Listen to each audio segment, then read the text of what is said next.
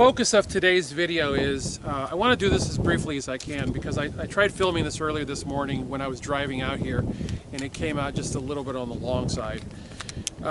Several years ago, I went out to train with Larry Vickers because the class was Law Enforcement and Military CQB. This is an application class, meaning it isn't just a case of, oh, I like this class, click, pay, and show up. No, you have to apply to this class, and Larry has to accept he either has to have trained with you before, or he has to accept your training resume as good enough to train with him. Around lunchtime, on the first day, Larry says, hey Abner, why don't you come join us for lunch? And with all honesty, guys, why is Larry asking me to go to lunch? I mean, I'm just Abner. Why is he asking me to go to lunch? Well, I found out why. The crux of this video, guys, is staying in your lane of expertise. And here's what happened. We went out to lunch, and we were all eating. There were two other guys there whose names will stay out of this conversation, but there were two other guys there, and between the three of them, they were talking business, talking this, and frankly, I was learning a lot, so I just shut my mouth. And we all finished eating, and Larry puts his hand across the back of the booth and pats me on the shoulder, and he says, well, have you learned anything today, or have you learned anything so far? And I'm thinking, where are you going with this? And he says, so you write for such and such a magazine. And I said, yeah. And he says, you write for so-and-so's magazine. I'm trying not to give names here, guys. You write for so-and-so's magazine. And I'm thinking, he didn't just name off the editor-in-chief, he named off one of the contributors. Now, the contributor he named off was a heavyweight. Okay, this guy is somebody in the industry. And I'm like, yeah, but he's not the editor-in-chief. He says, well, everybody knows that that's pretty much his magazine. And I went, not from my point of view, it's not. And I looked at Larry, and then I looked at the other two guys, and they were kind of sitting there sort of trying to figure out who I am, you know, like what is Abner's caliber? And I just look at Larry and I go, Larry, if you got a question, just ask it.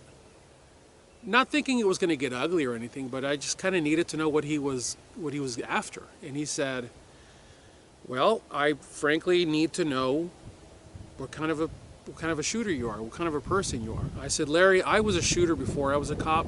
I was a shooter definitely while I was a cop.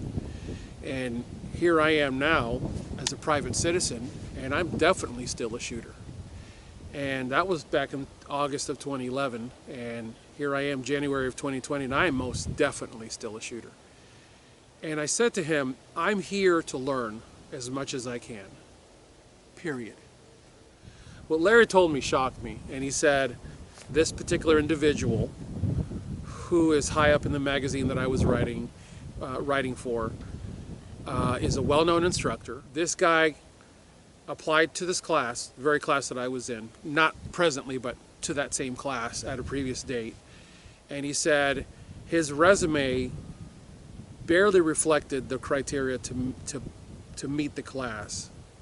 He came and he took the class. He runs his own training company, this other guy. Took the class, and a couple of months later, he's now teaching shoot house classes.